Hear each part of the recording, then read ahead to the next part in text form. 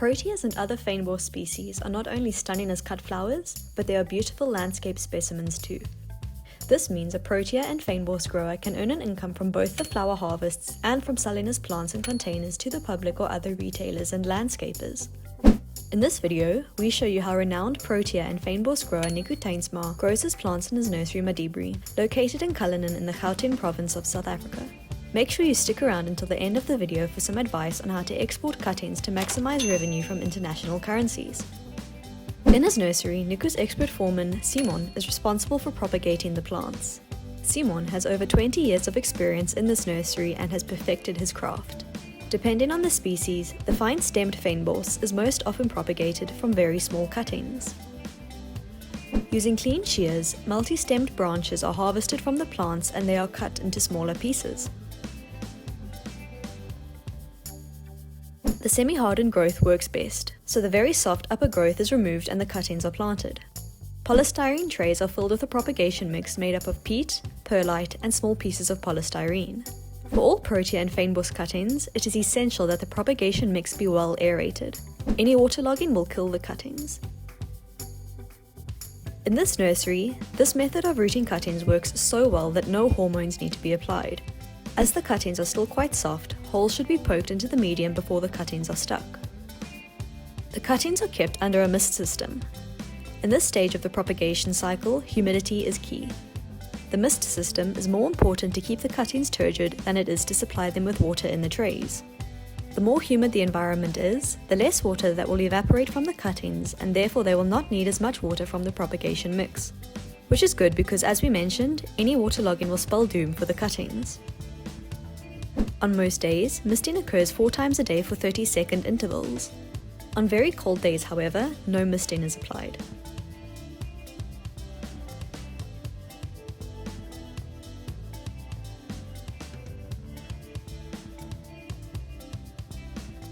The trays are placed on polystyrene beds covered by netting. This means the trays are protected from the cold concrete underlying the polystyrene beds. It also promotes drainage of excess water, yet another method that helps keep the trays aerated. Depending on the season, roots start to develop in about 2 months.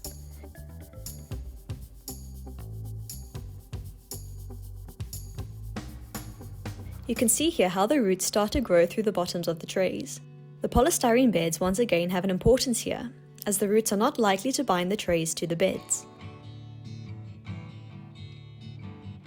Once the roots have grown enough to bind the propagation mix, they are transferred to larger trays where they can continue to grow. As they are still young and sensitive to environmental fluctuations, they can be kept in the mist beds with the other cuttings. In this nursery, trichoderma is sometimes applied through the irrigation water. Trichoderma is a genus of fungi that can be found in all soils. They help suppress pathogenic fungal species that may be harmful to the plants. Once the roots have bound the soil in the large trays, they are planted into containers. To encourage branching of the roots, cuts are made into the root ball.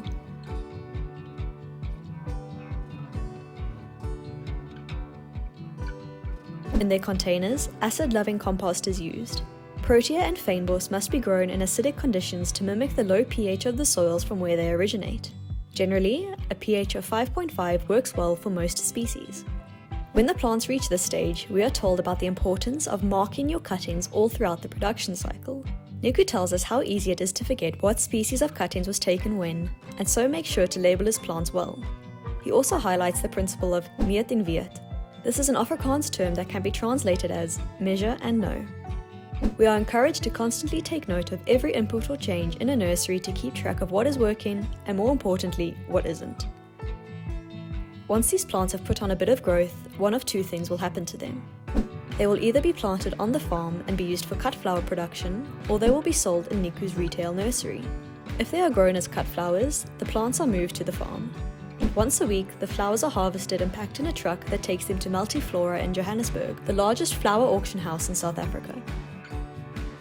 While fynbos makes up the bulk of his production, Nico also grows some other foliage species. Penny gum is a new addition on the farm. As this farm gets very frosty in the winter, Nico was looking for a cold-tolerant cut flower. After noticing the eucalyptus trees grew very well in the area, penny gum, an ornamental species of eucalyptus, seemed the natural choice. It is a fast-growing shrub and can be easily grown from cuttings, allowing it to fit seamlessly into the production cycle back at the nursery. Keep in mind that if you're considering growing plants for cut flowers from cuttings, it will be a few years before the plants grow large enough to flower. Thanks to years of investment, Nico has hectares of plants that regularly supply him with a crop of cut flowers. However, if you are just starting your cut flower venture, you can either purchase larger plants from external suppliers to decrease this waiting period, or you can sell a portion of your plants to earn revenue in the meantime. This is how you can do so. While the cut flowers are a way to earn extra income, over the years Nico has focused on selling his plants instead. In Pretoria, he has his own nursery where he can sell his stock. By having his own retail nursery, he can keep the price of his plants as low as possible by cutting out any middlemen. He can also sell some of his cut flowers here directly to the consumer. In addition to having his own nursery, you can also find Madibri's proteas and fynbos throughout South Africa in garden centres and retail nurseries. Nico is a member of the South African Nursery Association, where he regularly showcases his pride and joy at shows throughout the year.